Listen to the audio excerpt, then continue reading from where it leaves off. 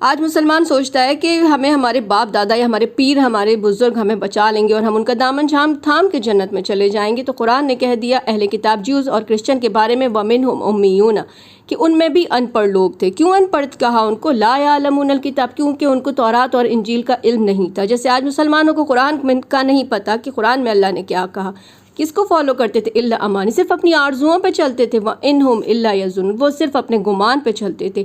تو ایسے لوگوں کے بارے میں اللہ تعالیٰ نے بتا دیا، بلکہ ان کے یہ سوچ تھی کہ وہ کہتے تھے کہ لن تمسنا النار، ہم کو ہرگز آگ نہیں چھوئے گی، اور اگر چھوا تو گنتی کے چند دن چھوئیں گے۔ تو اللہ کہتے ہیں کیا تم نے اللہ سے کوئی وعدہ لے رکھا ہے؟